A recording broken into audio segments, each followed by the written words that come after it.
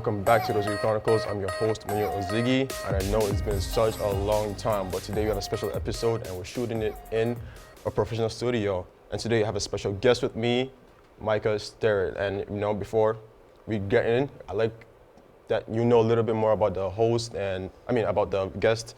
And I'm gonna let you take it. Like Micah, I think we've known each other for 3 years now. I think this December. Is it this December? Yeah, because was it 2018? 2018, yeah, we started. December of 2018 yeah, we opened, yeah. So we've known each other for about 3 years now. Started out through work. Yeah. And I was working at the Chick-fil-A in Hicksville and then transferred to the Roosevelt Field one at the mall here in 2018. And you were hired there too. And yeah. That's how we met. And yeah, it's been 3 years. Doesn't seem like that long. It seems like it's gone by really fast. It's been really great. Yeah, it's been, but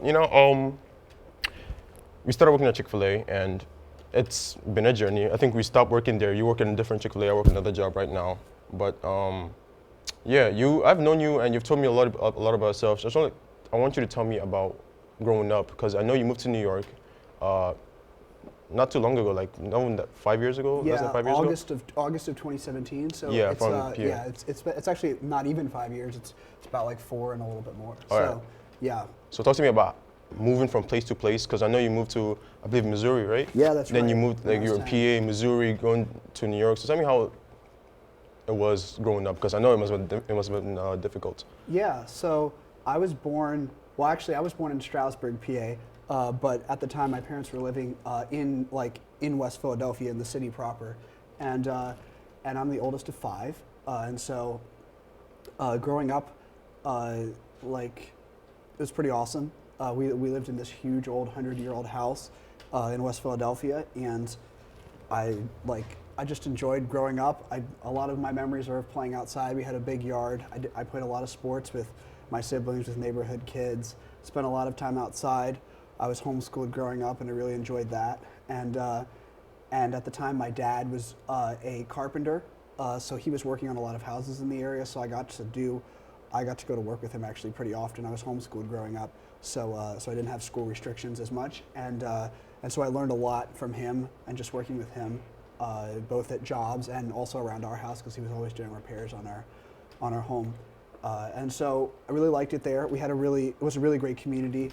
My dad did work for the neighbors close to us, and so we knew them very well. A lot of their children and grandchildren, I would play basketball with them all the time. And it was pretty awesome. When we would go on vacation, they would watch our house, make sure everything was good. When they would go on vacation, we would watch their house, make sure everything was good. And it was like a nice little community that we had.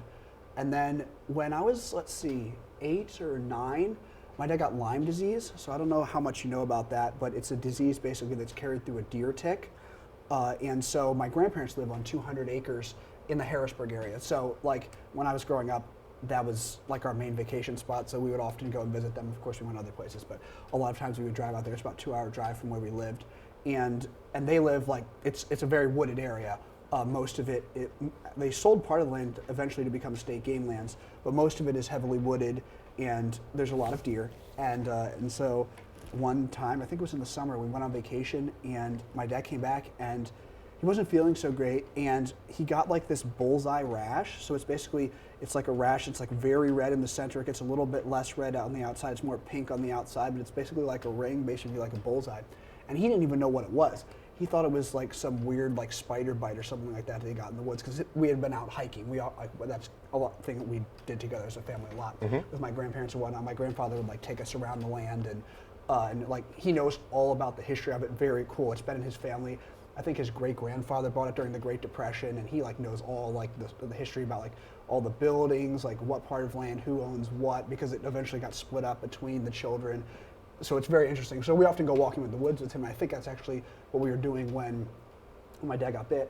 And anyway, so he didn't know what this was. And he was thinking about going to the doctor, and he had a buddy who he worked with who's from Lancaster County. And they have a lot of problems with Lyme disease in Lancaster County, at least they did at that time. And so he showed it to me. He's like, yeah, I have to show you this really weird rash I have. It's like, what do you think it is? And the guy's like, oh, you should go see a doctor. You have Lyme disease.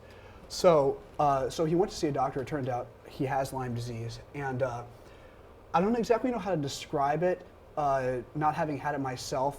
but I'll do my best. Like, he would just describe like extreme fatigue. Like, there would be mornings where he would wake up and couldn't get out of bed in the morning, and like no motivation, like physically unable to like get up and go to work, like all of a sudden. And like, this is my dad who would like get up and go to work every day, so it was like very different.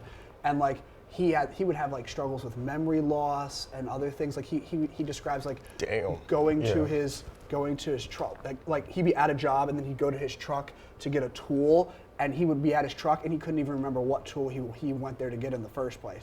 So it really, I mean, it basically like completely like made it almost impossible for him to work. And he had always worked this very like, I mean, as a carpenter, it's a pretty physical labor job. Yeah. Exactly. So he would like a lot of climbing, a lot of lifting, all that kind of stuff, and he just wasn't able to do that. And so for like, I want to say almost a year, like he worked a little bit, but like basically like family supported us, and like it was a pretty difficult time. Mm-hmm. And so basically he realized he wasn't going to be able to continue doing that job, and he pursued a lot of different like remedies, and a lot of times they prescribe antibiotics, but the problem is that doesn't actually get rid of Lyme disease. It kind of just drives the organism into hiding, basically, and then as soon as you stop taking antibiotics, it comes back out and you have the same problems. And he pursued some other like homeopathic remedies and stuff, and like continuing the story. I mean, to this day, it's definitely better than it ever has been, and he's made certain lifestyle changes that have helped him. But he still has some days where, like, in some weeks that it's very difficult. But anyway, so that led him to stop doing carpentry, and he started considering doing other things. And one of the things he considered was going to seminary, and he felt called to do that. I don't know all of the reasons why, but eventually, so he applied to there's a seminary in that's associated with the denomination of church we were going to at the time. That's in Pennsylvania, actually right in the Philly area, Westminster Theological Seminary. But like I think their registration was already closed, or they weren't as willing to work with him, especially financially. And so he explored going to Covenant Seminary, which is another seminary that has similar denominational lines, that's in St. Louis, Missouri, right outside the city. And they were like really helpful, like financially, like they helped him. He was like late in like basically registering, and they were willing to work with him on that and everything like that. And so basically he ended up going there. And so when I was 10, we moved from West Philadelphia to St. Louis. My parents bought a house, actually without ever seeing it, which is interesting. It turned out to be a great house. Imagine. Okay. Yeah, they were working with a realtor, and the realtor, he actually, like, he was like, yeah, you should check this house out, but like he wasn't available at the time. And so they were looking at other houses. They like flew out there because they wanted to know where we could live. They were looking at a lot of houses. And he was like, yeah, this is a good house, like you should go check it out, but it's like locked up, and they weren't able to go inside. So they just like looked around the outside, they looked at pictures online, and they really liked the area, and they bought it, and it turned out to be an amazing house. Anyway, so moved there, and that was really, really different. Very different from the East Coast, like culturally, socially. Mm-hmm. St. Louis, like Philly's a big city, not as big as New York, obviously, but St. Louis feels like a small town compared to Philly, very different. Wow. And so like, while I enjoyed living there, it was also very different, and it also like felt very like transient kind of, because I knew like my dad was going to be done in 4 years, and we didn't really know what we were going to do after, but there was kind of always this feeling that I wasn't going to live there for like a long period of time, and so it was a very interesting experience. Like, I didn't make a ton of friends there. We actually had one family on our block whose kids would come over all the time, and we got to be good friends with them. But other than that, I didn't make a lot of friends there, and it was a very eye-opening experience. I'm very glad I had it, because it definitely like helped me just like grow and experience and like understand where other people live, where other people are coming from. Since then, I've interacted with other friends from the Midwest, and I definitely have a better idea of what it's like to live in the Midwest, having lived there myself. But I wouldn't describe it as my favorite place to live. Just say that. So are you in New York? What? New York?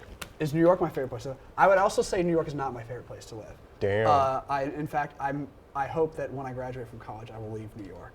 To go to PA? Yeah, I think to go to PA. There's some things about New York, especially Long Island. It's just, I mean, you can think about purely practical reasons, like the fact that it's just mad expensive to live here. Oh yeah, it is expensive, yeah. Very expensive. Yeah. Everything costs so much. There's so many people everywhere. I mean, I just get weary of sitting in traffic all the time. You know? But you make money. You make more money here, though. You do make more money, but I feel like over time, like not over time, but like it balances out, doesn't it? Because like for instance, like I'm just thinking going back, like my first Chick-fil-A job in Pennsylvania, right? I was making like $8.50 an hour, right? Oh, yeah. Really, really low. And like I got bumped up later on, but like also the cost of living where I was living at that time is much lower. So I'm making $8.50 an hour, which is much less than I make right now, right? But I'm also, when I go out to the store, right, I'm paying less for everything. Here I'm making much more, but I'm also going out and paying much more. Yeah.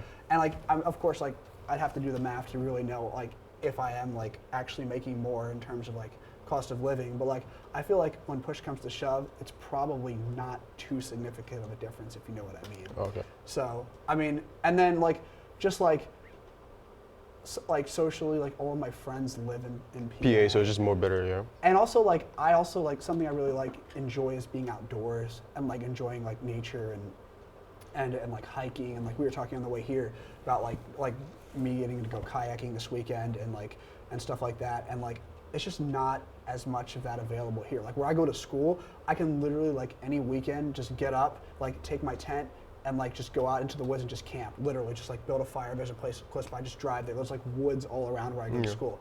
And like here, I just can't do that. And so like, and also like my grandparents who I'm close to live in PA, my aunt and uncle who I'm close to live in PA. It's just like, I don't know. It's just, it feels like here it feels very isolated, and it's just like there's a lot of things that are just not. No, it doesn't click with you. Like for example, the woods, upstate. You have to go to upstate to be around the woods, and you know.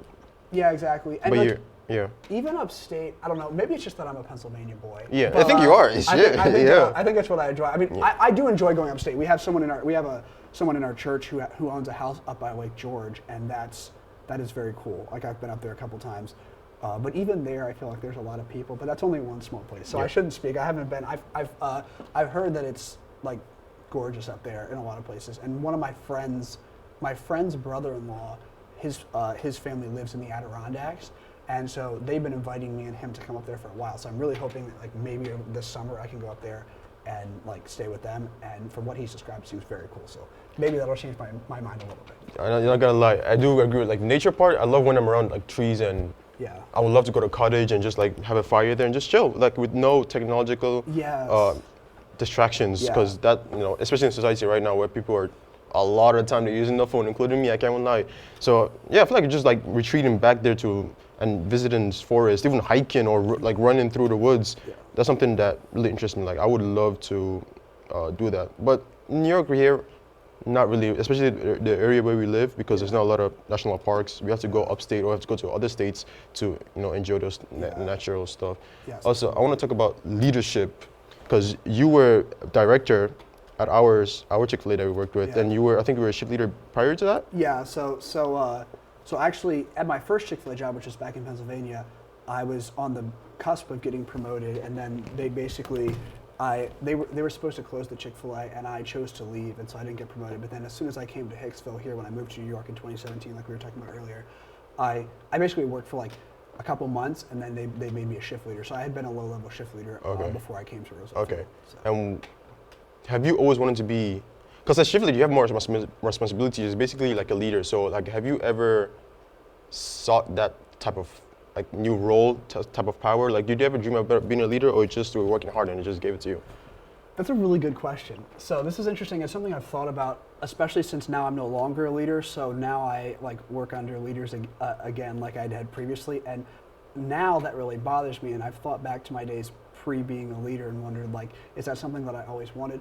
I don't necessarily think that it was, to be honest. Like, I wanted to do a good job, and like, I think I wanted to be recognized, maybe even too much sometimes. But I never, like, when I started working at Chick-fil-A, or even when I came to Hicksville, I was never like, oh, like the like goal of me coming here is to become a leader or stuff like that. Like initially, like especially my initial shift leader position at Hicksville, it was just because like I just showed up every day and like worked really hard and did my job well.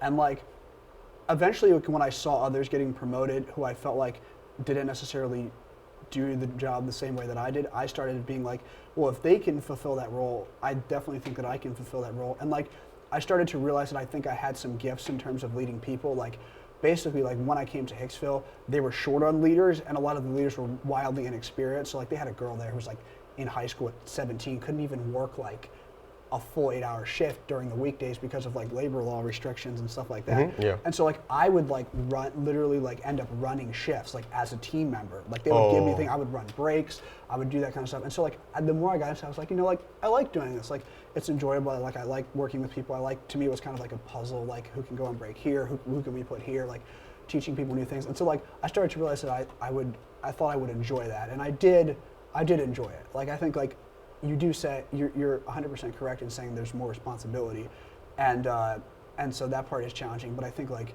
definitely like when I walked away from Hicksville, like as I came to Roosevelt Field, like I look back on my leadership experience there as a positive thing. Yeah. Okay. That's good. It seems like so you just basically worked your way up, and you're getting accustomed to it as a team member, and you're like, if I can do this as a team member, what can I do as a leader? Yeah, that's absolutely. Interesting. Because I thought people would want to be in a position of power, so you know they always seek to gain the recognition, and they will always like tell their boss like promote me, I'm doing this and that. But I don't know, it's something I thought about, like do people actually seek power, or it just comes to them naturally?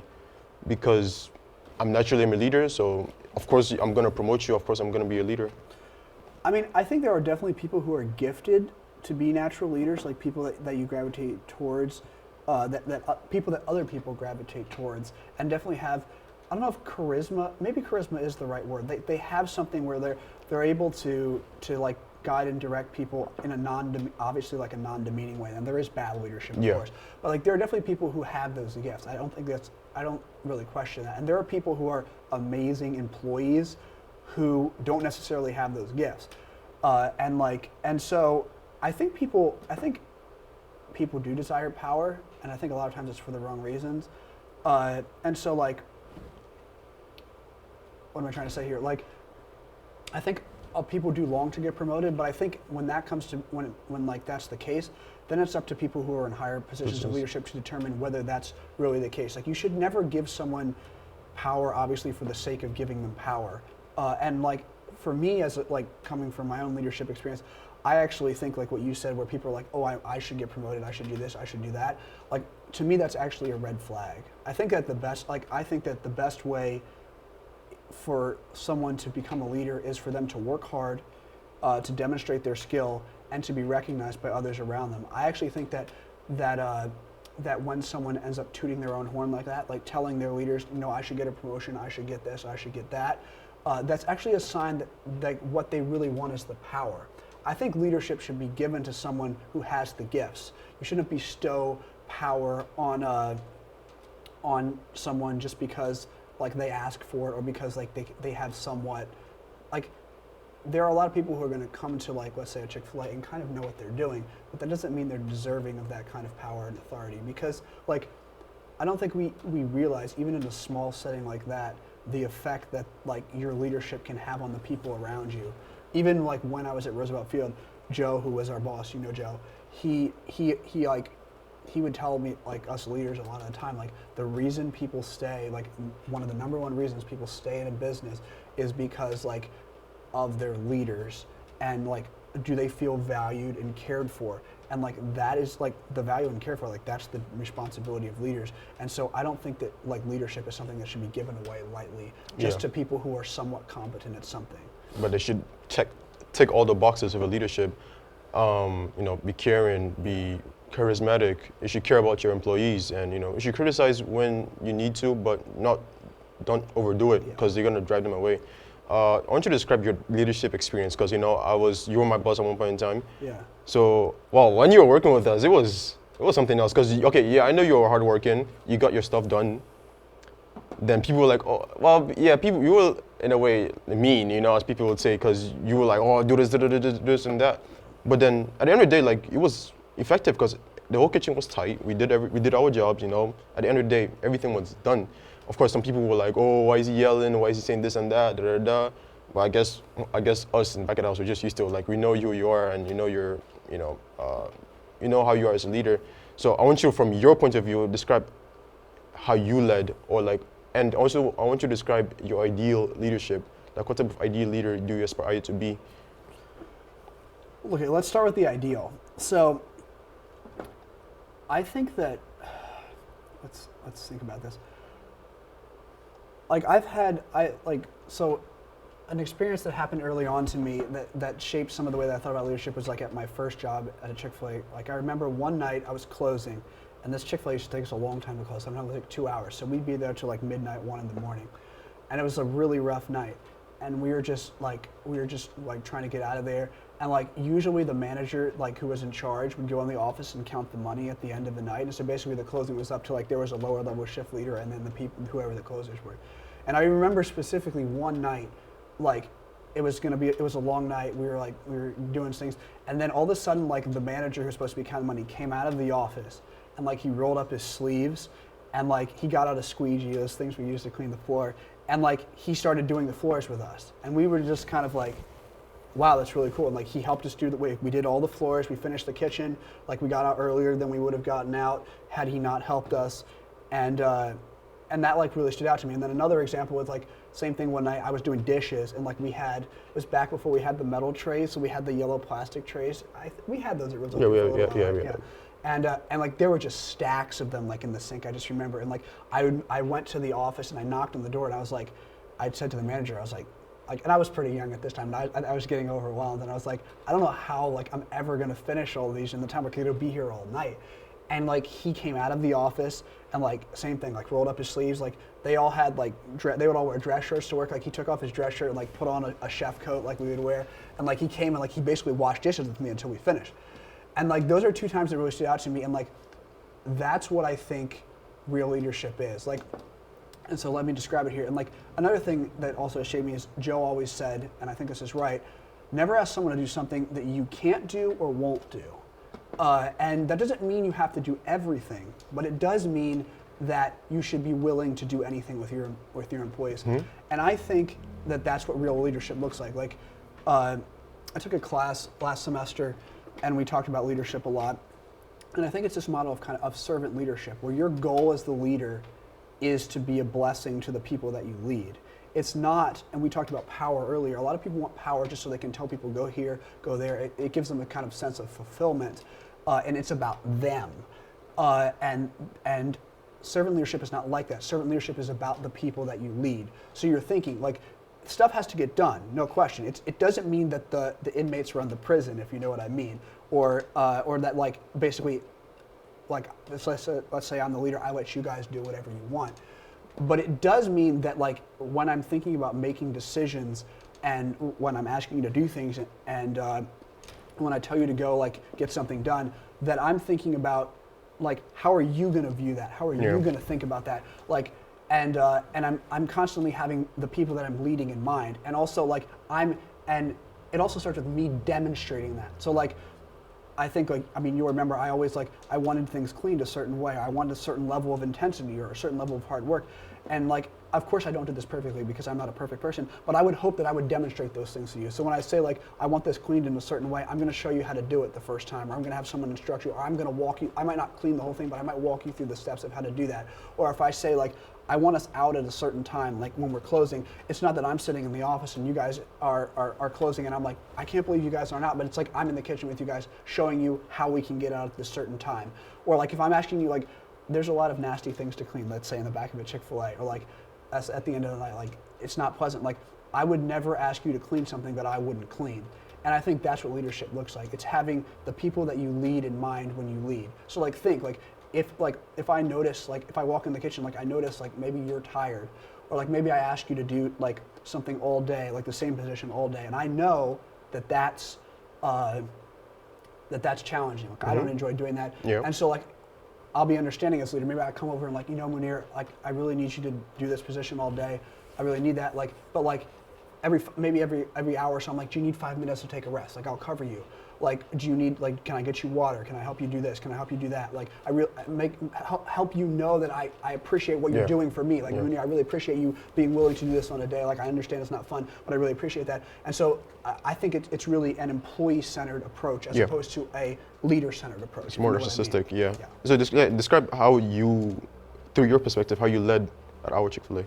I mean, I talked through a few examples, like, just now, but like, I mean, like, I think like I demanded a certain intensity and like speed level and work level from you guys, but I think that like, and again, I say this like I don't think I demonstrated this perfectly, but like I would expect myself to be the one to set that standard, if you know what I mean. Like to come in every day. If I expect a certain intensity from you every day, then I should come in every day with that same intensity.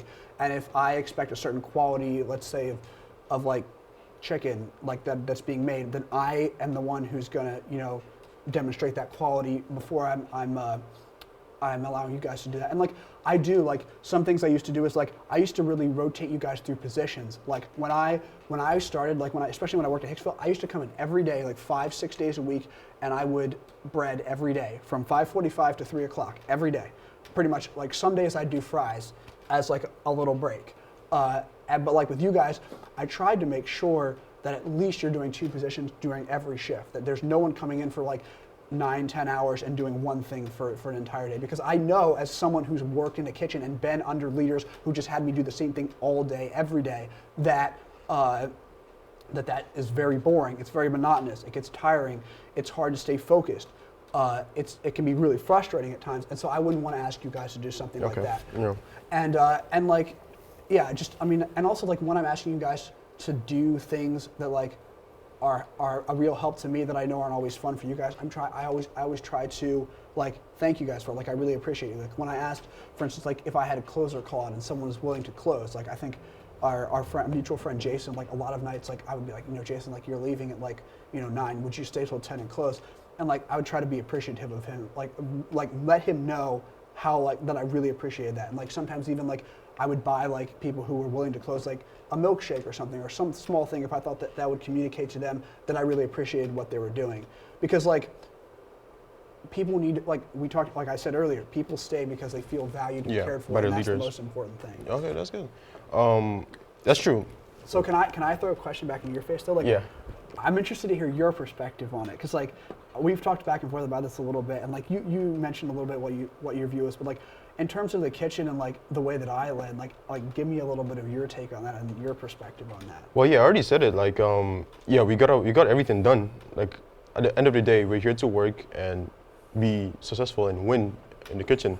So of course, there was like systems where it was set up in which it didn't bring out the best. Like for example, hiring a lot of young people, and like in a way who are still living under their parents and like kind of entitled. Yeah. So like those people, sometimes they don't tend to work hard. Or like, even young people too. Like when I was 16, this was my first job, so I really didn't know how to like do this or do that. It was like my first time in the real world working, and yeah, it opened my eyes a lot. But then of course, like we had a lot of leaders back then. And I aspired to be a leader too, but for me to be like, I think for a leader to be a leader, you have to kind of work your way up and go through the ranks and just be a normal employee and just like put your head down and work. Then as soon as you just climb up the ranks and people recognize your hard work. But as for you, like you were, I would say like we got our thing done. Like sometimes it was a lot of people expected like to be friendly, like hey, because remember I think last week we were talking with Jason, and you were like, if someone was slow in a certain position, you wouldn't say anything, like okay, just. Oh, you would try to say it in a nice way, but you would just be like, okay, just leave the position and you put someone else, or you do it yourself, because that person was, slow. Particularly, like most of us are young in the back at house, and it was probably our first or second job. So like we really know how to like be up to speed with things. But I would say like for sure you worked hard, and you were on call all the time, even though you're college students. I would say under you, we're expecting a little bit more like niceness and like be friendly and stuff. But then when we were here, like we would hear you yelling or something, like as you're washing dishes, like you could hear like the chaos going on in the back as you're washing the dishes, and everyone's just surprised, like damn, relax, bro. But I would say that you were a good leader. Even like looking back at hindsight, after you left and other leaders came back, people were like, okay, like Micah, we had to go with him because we actually got our thing done. And then some leader will come and it wouldn't be as intense, or they'll hire like the wrong people. Because I said like systems in place. If you're hiring the wrong people, like especially like young people, which I think young people, of course, you could hire them, but you're gonna have, it has a pros and cons. Like they could be more loyal to and have more years to be with you. And the other con is like they don't work as hard, or there tends to be more drama, as you saw at Chick-fil-A. So it kind of, the workplace with young people is completely different with the workplace with older and who are more experienced. But as for you, yeah, I would say, yeah, you were a decent leader. Well, it's really good to hear. It's very interesting to hear your perspective on all that because, yeah, it's pretty awesome. I enjoy hearing that, both the pros and the cons. But like, how would you describe the kitchen culture? Like, let's say someone who was never there, like with us, and like I'm especially talking like, January to the December when I left. Like, I personally felt like we had something really special that I really enjoyed. But like, how would you describe the way like everybody pushed everybody else and like the kind of vibe like in the kitchen, like when we came in, like you said earlier, like maybe people were expecting more friendliness. Like, would you say we like weren't as friendly, or like how describe it? Can try to give a feel for that kind of culture and that. This is when you were there. Or yeah, when I was there. Oh like, yeah. Especially like post like when Malin left, like post Malin, like January. I think that was January of 2020. Yeah, January of 2020 to like December of 2020. Because then I left like right after Christmas in 2020. That's when I went to school. So like, kind of, what was the feel kind of like? Cool kitchen culture. Well, I would say like I think everyone was good. We had no drama or anything. Well, we had certain dramas, but like we were all friends. Like we could help each other after work. Sometimes we go to a bowling or we go to the movies or something like that. And we made lifelong friends there. Like I still talk to you even though we don't work at the same job anymore. But the kitchen culture, Like in terms of like. I don't know if I want to call it peer pressure, but like the way we always push each other, like even like silly examples of like everyone be like, oh, let's go, like I want to see you go faster, like what is this, like kind of the back and forth, the like sarcasm, like the joking around. It's like, do you view that as a positive thing that helped us kind of push each other to be better, or do you view that as kind of just a drawback and something that like maybe even held us back a little bit? No, I think it was good.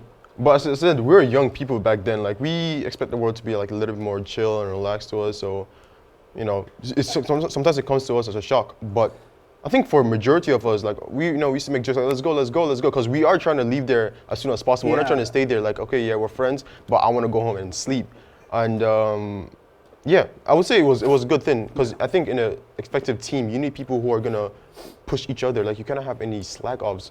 If it's a dead end, like you're gonna leave, So like I believe that effective teams who are actually like building towards building like a strong company or like a strong like team in general, like you need people who are willing to say like, listen, but you're not doing that enough of a good job. Like you have to, like, let's go pick it up. And in a way, and I agree with you. And like, I think like, not all the time, but like there was a lot of times where it was done in a way where like it's not like, oh, you're bad at your job, but more just like kind of encouragement and messing around. Like I felt like everybody had their place. Like people knew that like I don't know. I know from my perspective, like everyone in the kitchen, like they all had like certain things they were good at, and like I felt like they were like an integral part of the kitchen and valued, and like everybody had their place, and it was just kind of like, I don't know. I felt like it was a really cool thing, to be honest. Okay. As a leader, like how would you deal with someone who was slacking? Because for me, when I become a leader, I would want to build a team that's like a championship team. Like there's no dead ends, because if you're a dead end, I'm gonna try as much as possible to make you successful. But if I've done everything and you're still a dead end and you're still slacking, I have to like let you go.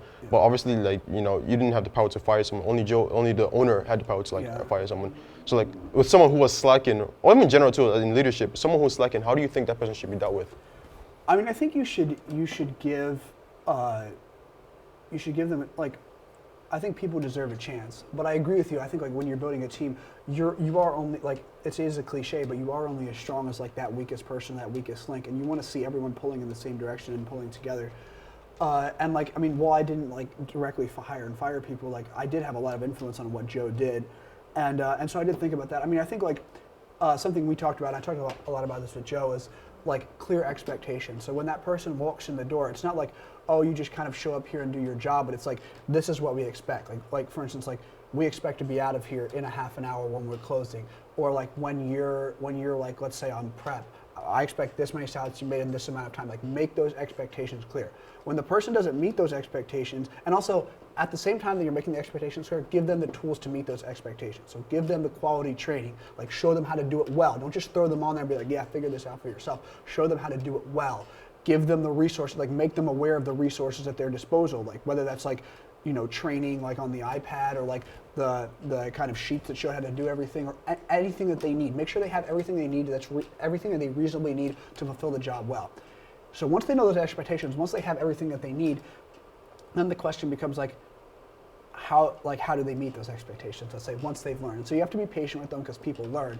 But I agree, there does come a point, I think, where like you have to say to someone like, maybe this isn't a good fit, because you've given them that chance, you've been patient with them. And I think for me, I'll be honest, like patience is something that I actually struggle with. I struggle to go through that period of, I'm good at like laying out the expectations and giving them the resources, but I'm not so great at being patient and like watching them build and learn.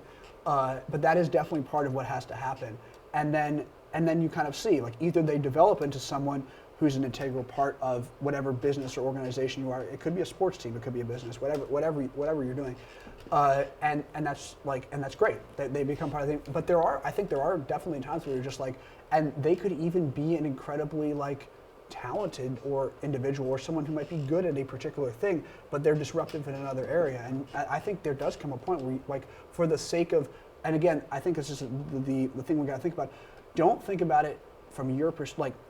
Think about it from the perspective of the team. Like, are they beneficial to the team as a whole? And I think there definitely comes a time where you kind of have to sit them down and be like, thank you for everything that you've done, but like, I don't think like this is not a great fit. And sometimes it's very obvious. They're like a lazy person. They come in and they don't work, and you talk to them, and you're like, these are the expectations. They don't meet the expectations. You talk to them again. They don't meet the expectations, and you're like sorry, like, you either work harder or you're not going to work here anymore. Sometimes it's more ambiguous. Maybe they're actually kind of good at something, but maybe in other areas they're not so helpful. So it takes some discernment in that instance. But in general, I think there is definitely a line where you bring the person in and you move on. Okay. Yeah, I agree too. And I think it was last January you left.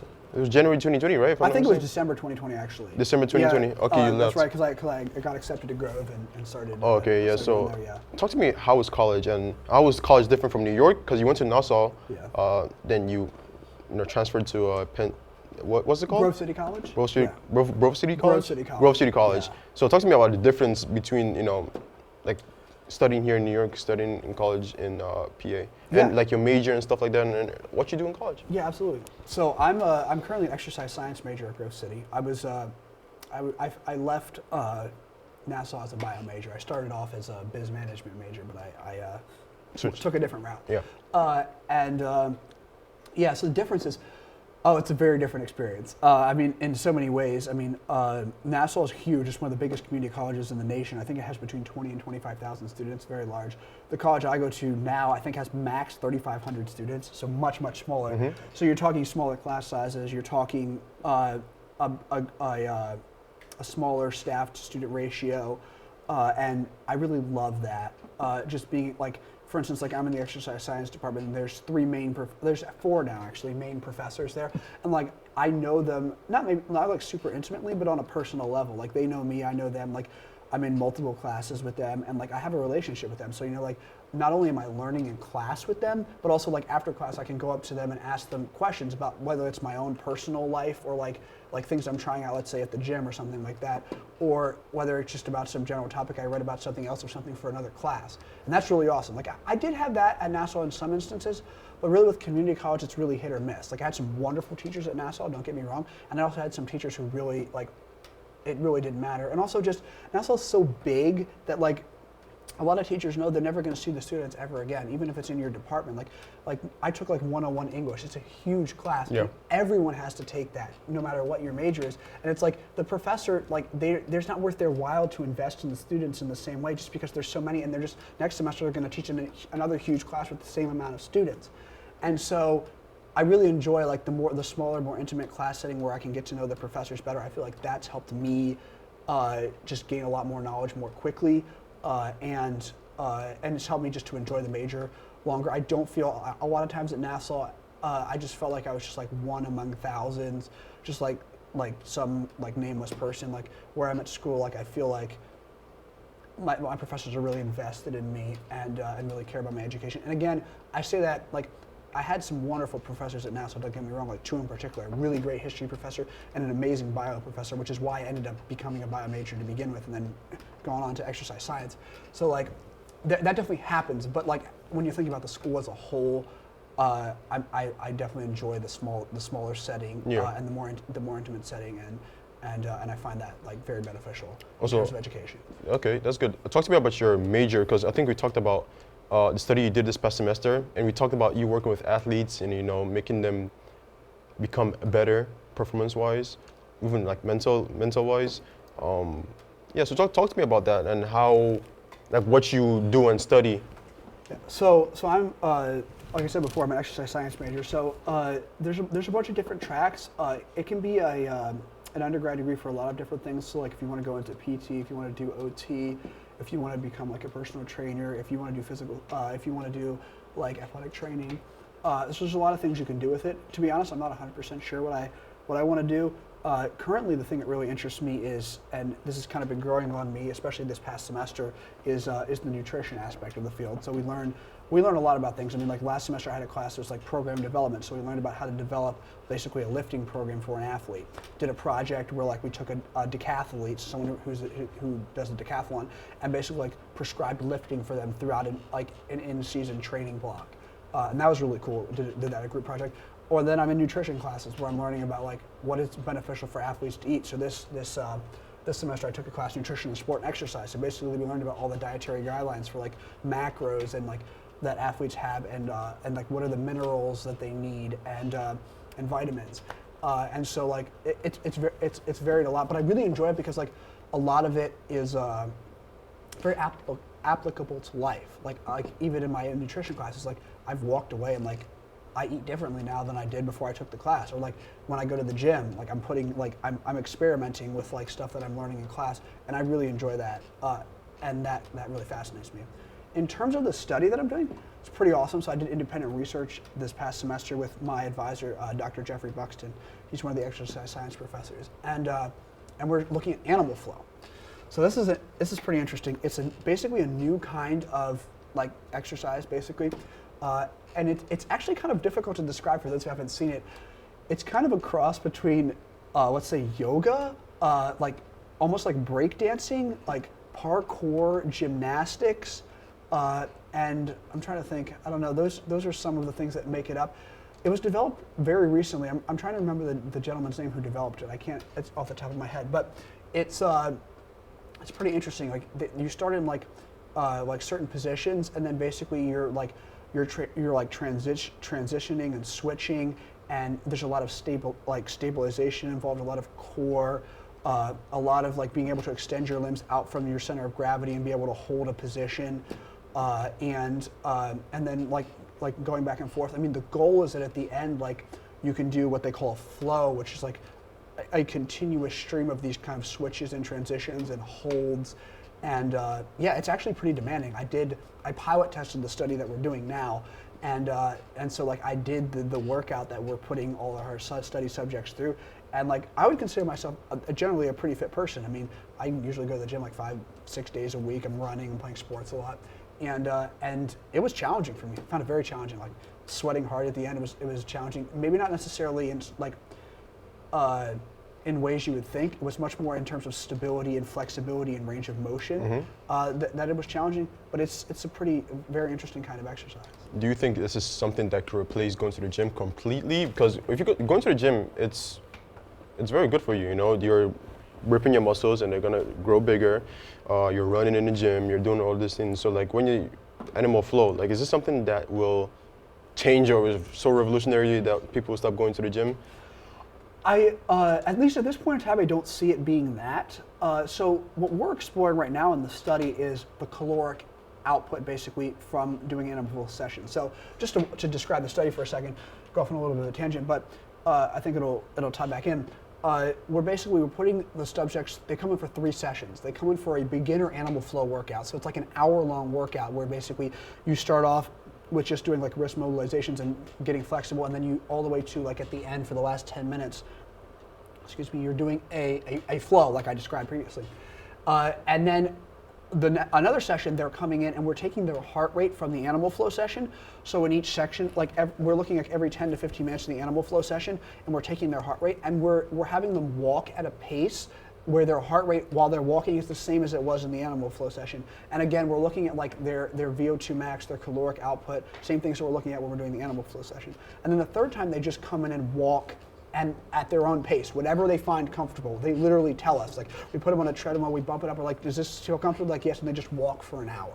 Oh. So we're looking at like, how does animal flow differ from just your average person walking, and like, is the caloric output, like the caloric expenditure, similar to walking? So we haven't really analyzed the data yet, so I don't really have any like conclusions, but we're thinking that potentially it could be.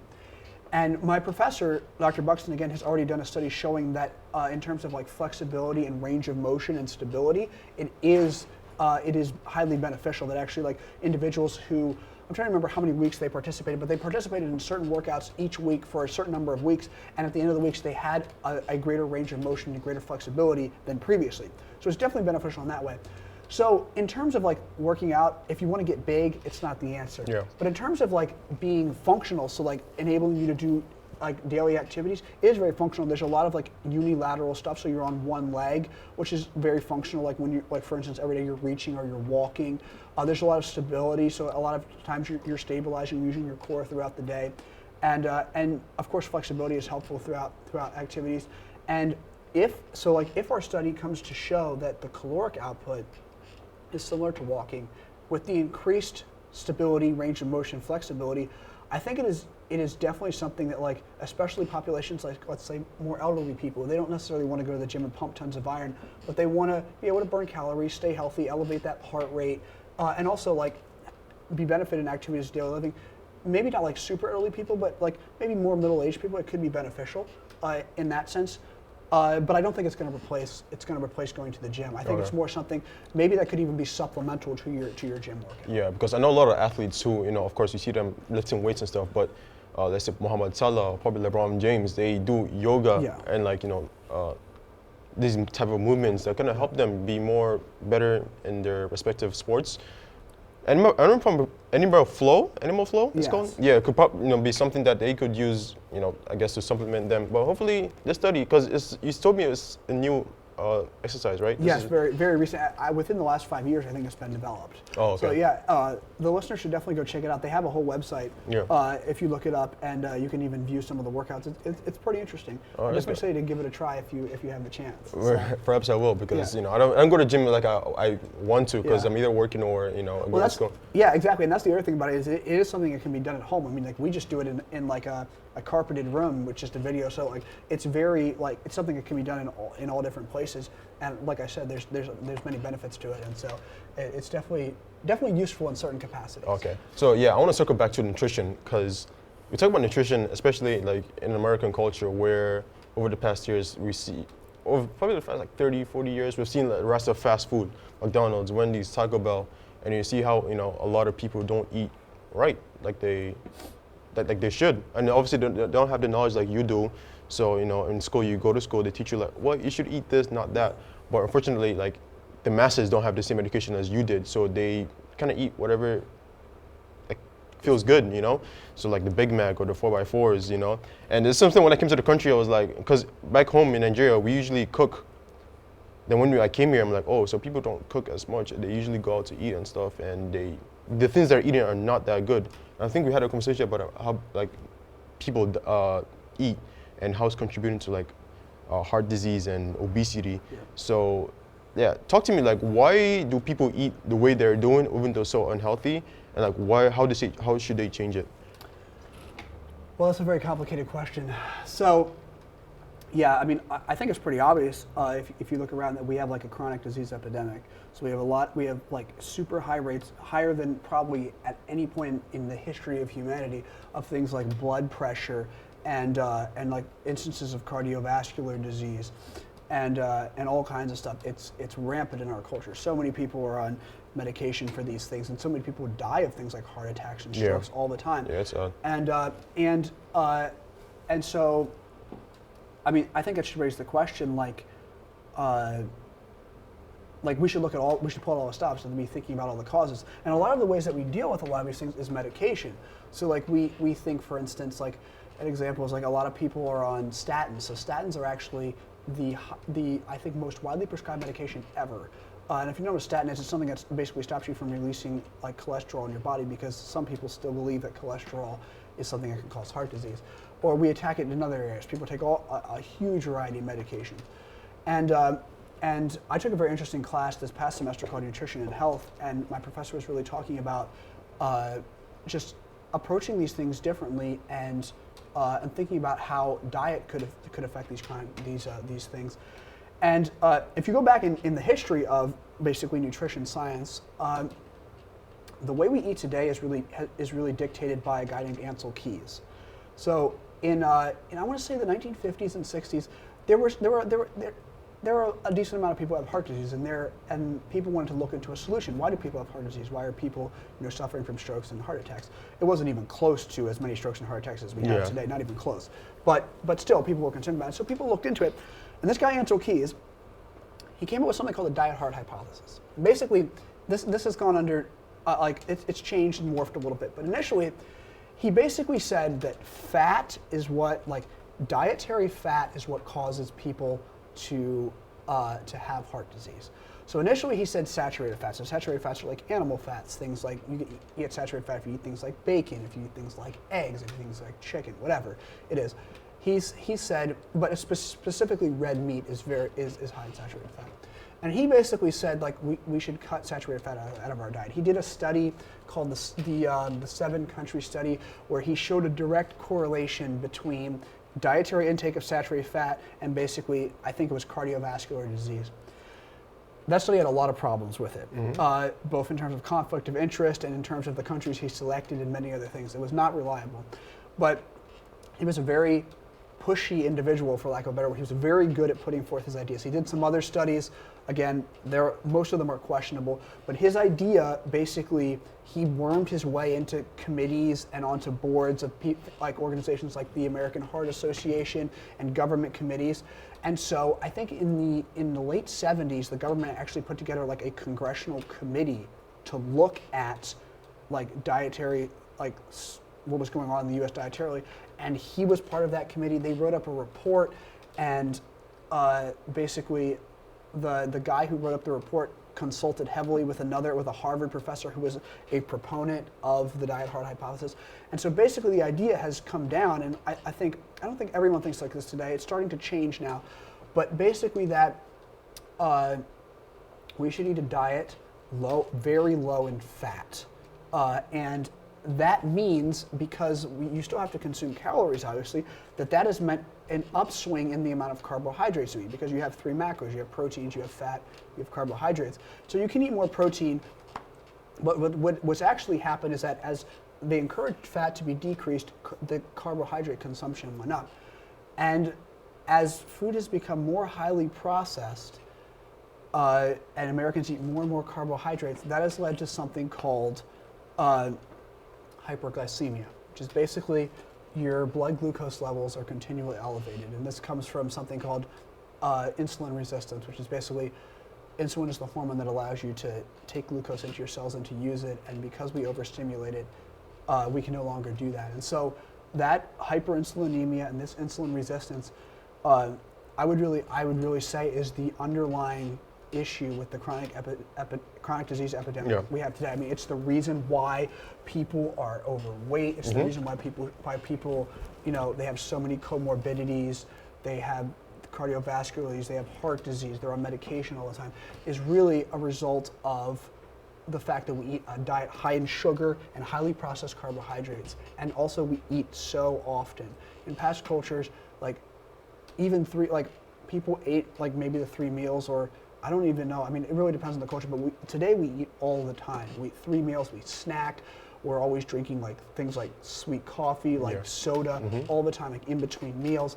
And that just exacerbates the problem and makes it worse. And so I would really I've been thinking about this in my own diet recently. It's I'm trying to eat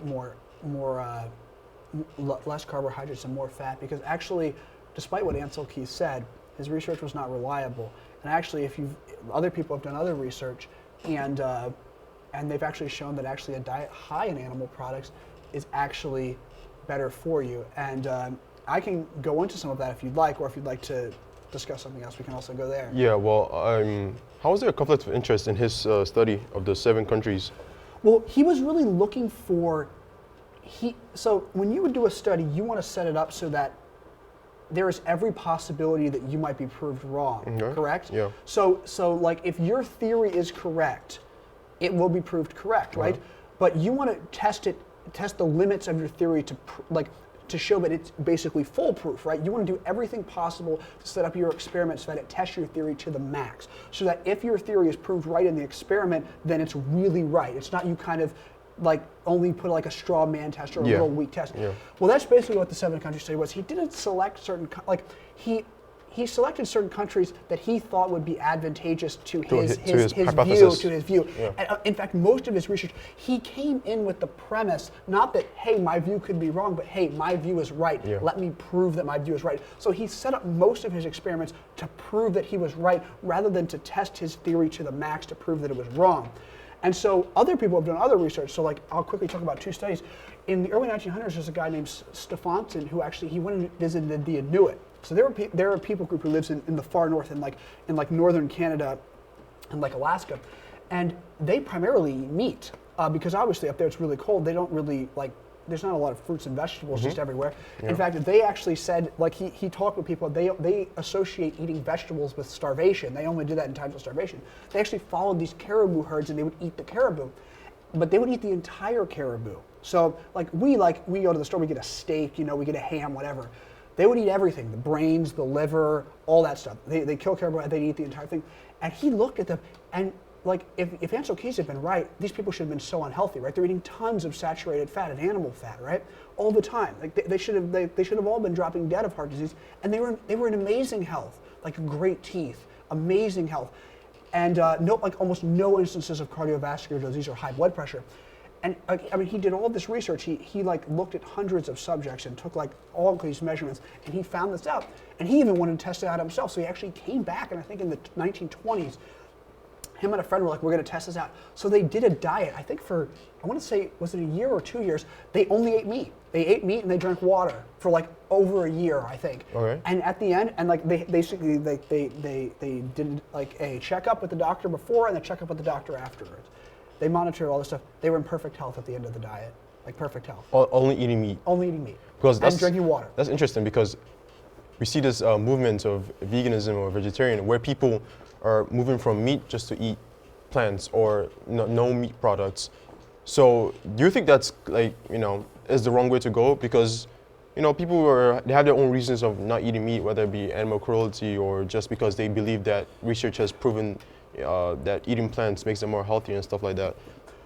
I think there's a couple things. I think some people do it for religious reasons, and that makes sense. And people do it for reasons like you're talking about with animal cruelty. And I think those are legitimate concerns. There's definitely problems with the way the animals are treated in the food industry. I won't get into all the details, but there's no question that there's cruelty going on. And I think those are legitimate concerns. I would question sometimes maybe the way we deal with those concerns. And I think there are ways in which you can purchase meat and be sure that that's not happening.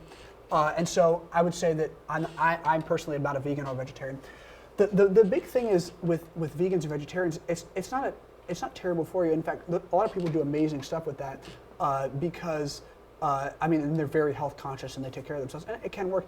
The problem is that it's just a lot harder to get the amount of protein you need from eating a vegan diet, especially, and the amount of and even a lot of, so for instance, there's when I talk about vitamins and minerals, we talk about something called bioavailability, right? And that's the ease with which your body can process those when you eat the food, right? So actually, the most bioavailable sources of a lot of vitamins and minerals are actually found in animal food, surprisingly. Right. So for instance, there's certain vitamins, they actually have an animal and a plant form. You can eat either, but the animal form is much more easy for the body to digest and process than the plant form. And also, almost all forms, all meat are complete protein. So when we think about proteins, also, a complete protein is one that has all your essential amino acids. So you have essential and you have non-essential amino acids, right? Non-essential your body can produce, but essential you must take in from your diet. almost all meat that you eat, especially red meat, is a complete protein source. So you're getting all the essential amino acids. Now, plant sources of protein are not. So you must be very careful when you eat those kind of diets to make sure that you basically have to overlap your food. All right, so yeah, talk to me about the plants versus the meat. How plants don't have as much or the same proteins as meat does. Yeah. Vegans and vegetarians have to be very careful about overlapping what the protein sources that they're eating, because those plant protein sources are not complete sources of protein. They have to make sure they're getting all their amino acids. So let's say one protein source doesn't have a certain amino acid, they need to make sure that as they're eating another protein source with that amino acid. So you have to have a lot more intentionality about it. Of course, obviously it can be done, and I think it can be very helpful. But yeah, you have to have a lot of intentionality about it, and especially if you're an athlete eating that kind of diet, it can be very challenging because there's just athletes especially need a lot of protein in their diet. They need a lot of amino acids so that they can repair their muscles and things like that, and yeah, it can be very challenging. But I think I looked at a study this past semester as I was doing a project, and it compared basically the average omnivorous diet that let's say the average person eats, and then vegan, and then vegetarian, and then pesco-vegetarian diets. So basically they're eating fish, the vegetarian eats fish. Why not meat? Yeah. And stuff like that. And actually the pesco-vegetarian diets, or the diets where they're eating basically fish or stuff like that along with the vegetarian diet, actually scored very high on a healthy eating index. And so that can be very good, because those fish are good sources of protein and a lot of vitamins and minerals as well. So it's an interesting thing. I think it's definitely, one thing I can't stress enough is there's no one size fits all with diet. That is the problem with something like the diet hard hypothesis that I explained before, where they said basically everyone should cut fat out of their diet. That is not, it's especially bad for people children and other things like that and stuff like that. There is no one size fits all with a diet. Every diet really should be individualized to the person that's doing it, and everyone has different needs. And so there are people that vegetarian diets works for, and they're very intentional about it, and they get the protein that they need, and that's great. And there's people it doesn't work for, and they eat an omnivorous diet, or some people eat a high fat diet, and that works for them, and that's great. There is no one size fits all thing when it comes to diet. Okay, you say there's no one size fits all. So how does a specific person know what specific diets fits them? I think it's hard to tell. It's definitely something I need to do more research into. I think you can. We on the way here we were just talking about the educational resources at our disposal, and there's definitely no lack of, you can explore what diet could be helpful. I think a lot of it's determined by health, and also lifestyle. I talked about athletes. Are you an athlete? Well, that will play a part in your diet. Are you someone who's more sedentary and is at home? Well, that should play a part in what you eat. Are you someone who's always traveling? That'll play a part in the kind of diet you do. For instance, I do right now, I'm doing intermittent fasting. Well, that might be helpful to someone who travels all the time. They might not have to eat, they don't have to eat as many meals. They can stay healthy. They can actually, they can tap into their fat stores and be burning those, and they can still function just fine. So it's really, I think, lifestyle and stuff plays a huge part in it. Yeah. So it's basically do your own research and see what works for you, right? Yeah, and consult with people who are knowledgeable. I consult with my professors when I think about stuff like that, and there are resources available, and there are a lot of good dietitians out there as well. I think consult with what's knowledgeable. I think I would just say, as a rule though, the less highly processed carbohydrates you eat, the better.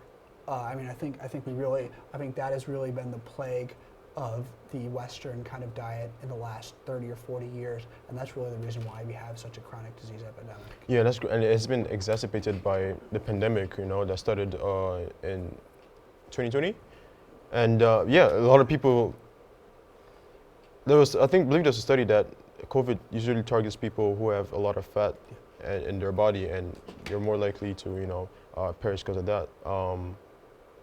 So I want to talk about how people eat and how has COVID affected people especially Americans, because I believe we're number one with the highest tally of deaths and infections in the whole entire world.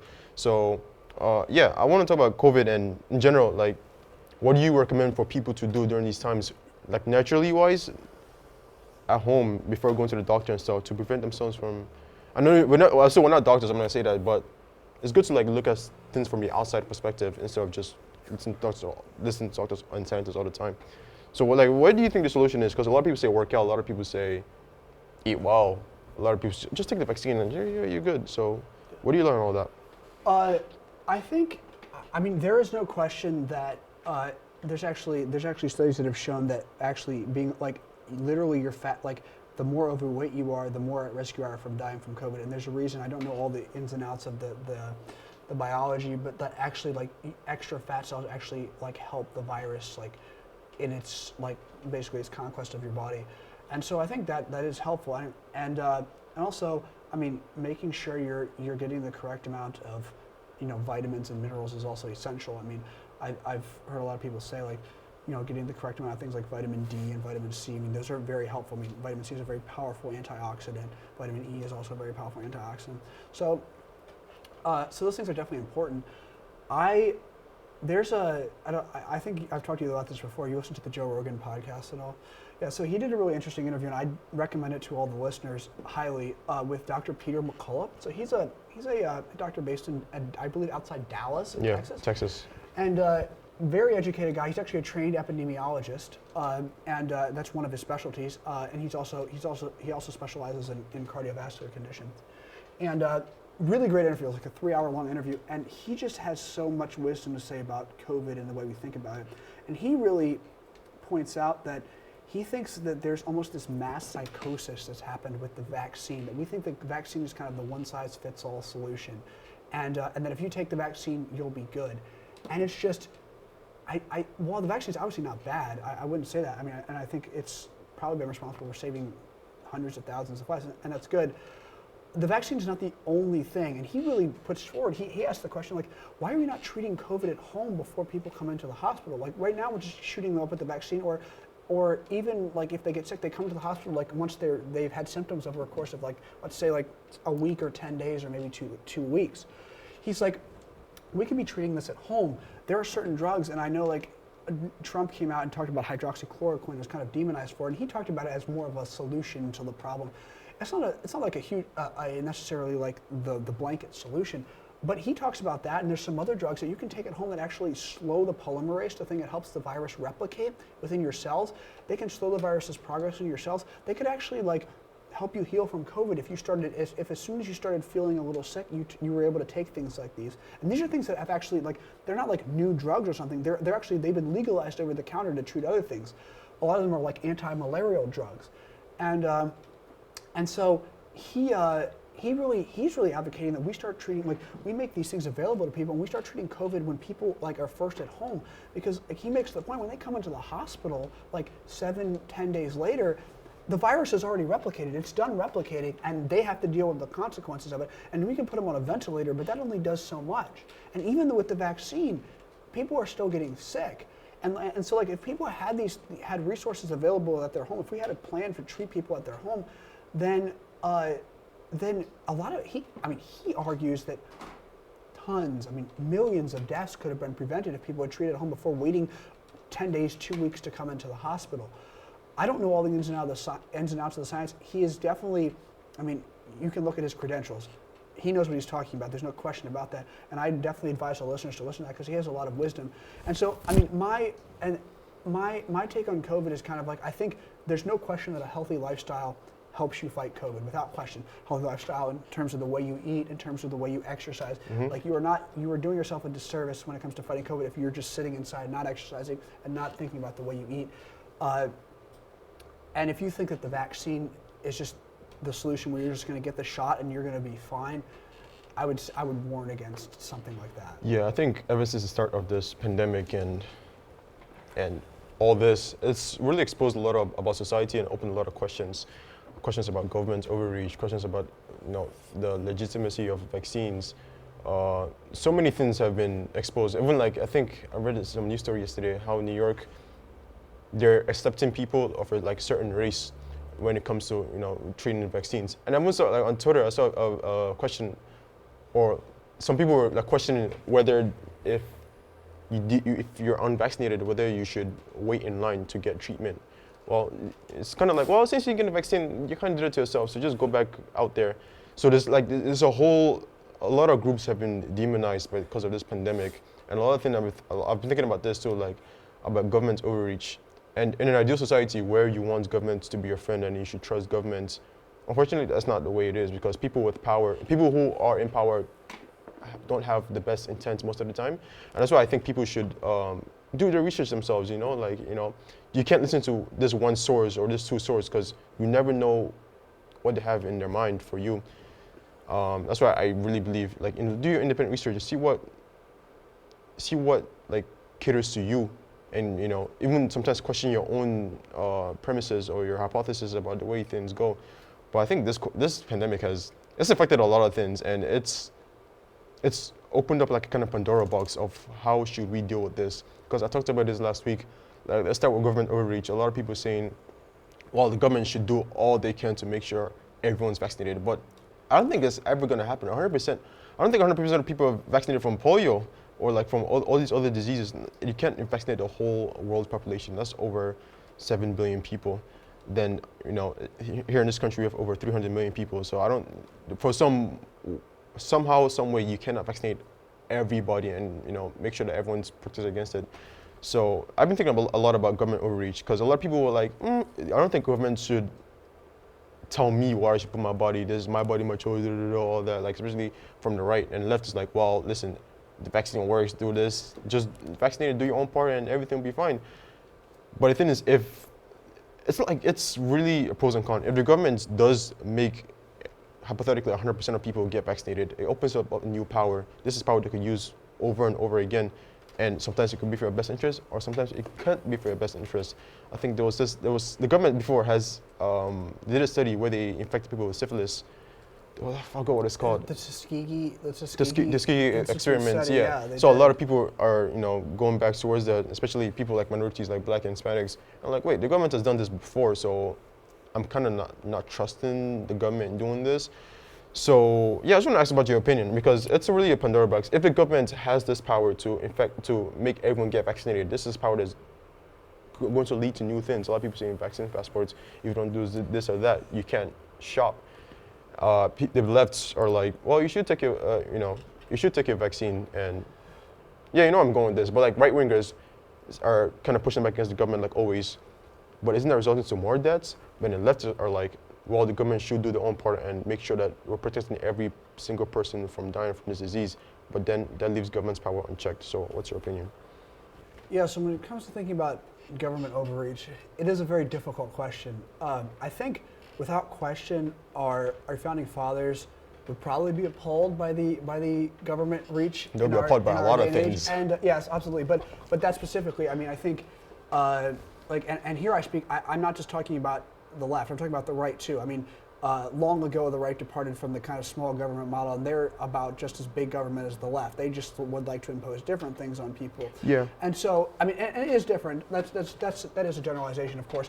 But like, generally, we are so accepting of a government that like just has its fingers in like our lives all the time.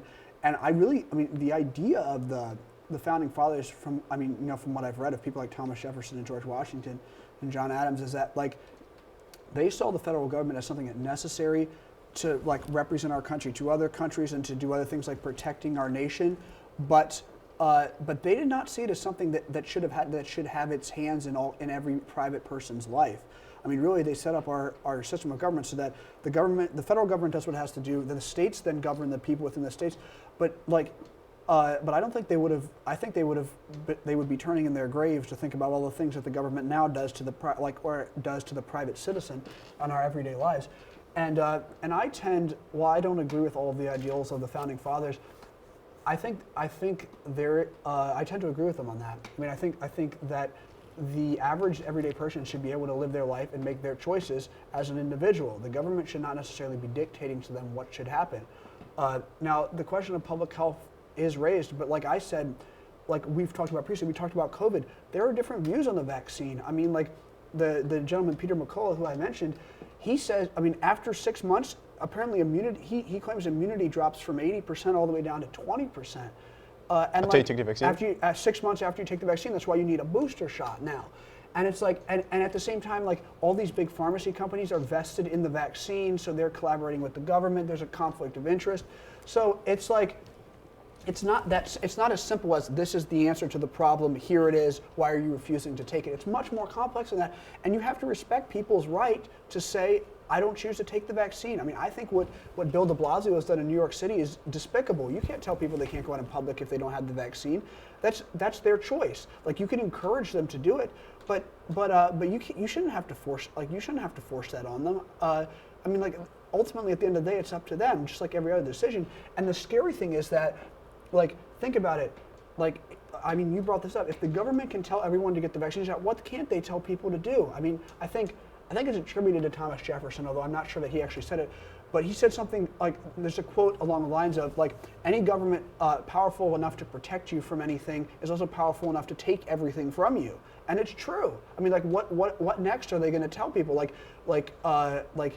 I mean, what's going to stop them from, like, let's say, like, abolishing our freedom of religion or abolishing the right to carry arms or things like that, if they can do that? And so, like, people are consenting to all this because they're terrified. But I think it's scary. You got to think about the consequences down the road. I mean, there's another quote.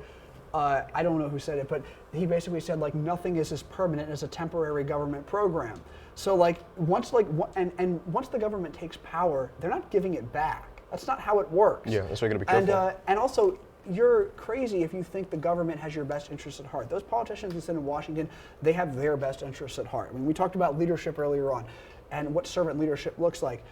I don't know, like, all of them personally, but, like, from what you see, like, like they're worried about getting elected to their next term, right? They're worried about their political career. They're not worried about your individual life. Yeah. And so, like, it's like, I find it terrifying to think about putting my wealth, like, letting people like that who are sitting there who have no idea who I am dictate every aspect of my life. To me, that's terrifying. And so I would say, like, I don't think it's bad to get the vaccine. I personally haven't chosen to get it. And that's my personal choice, and I think that should be respected. I can respect somebody else's choice to get it. That's their that's their choice. That's fine. Like, either way, it's like, I think we should be careful of other people. I'm not saying this because I think that, like, we should just, like, let COVID run rampant. I mean, I think it is a serious thing. I mean, like, right now I have a friend whose mom is seriously sick with COVID. And so I think we should we should take steps to protect people who are vulnerable, especially the elderly and those who are immune compromised. Yeah.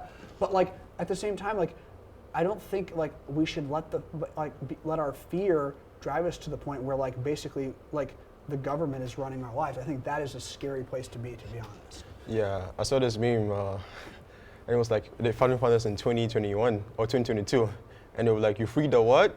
You know, because how they had slaves and stuff, and, like, Emancipation Proclamation and stuff. That was something else.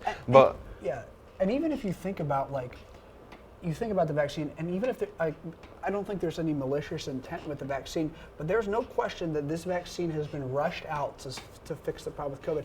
How do we know that they know all the long-term effects of the vaccine? Like, how do we know that, like, people who take it aren't going to, like, in years, like, down the road, that, like, there's not going to be issues with it, or that it's not going to have side effects that they don't know about right now?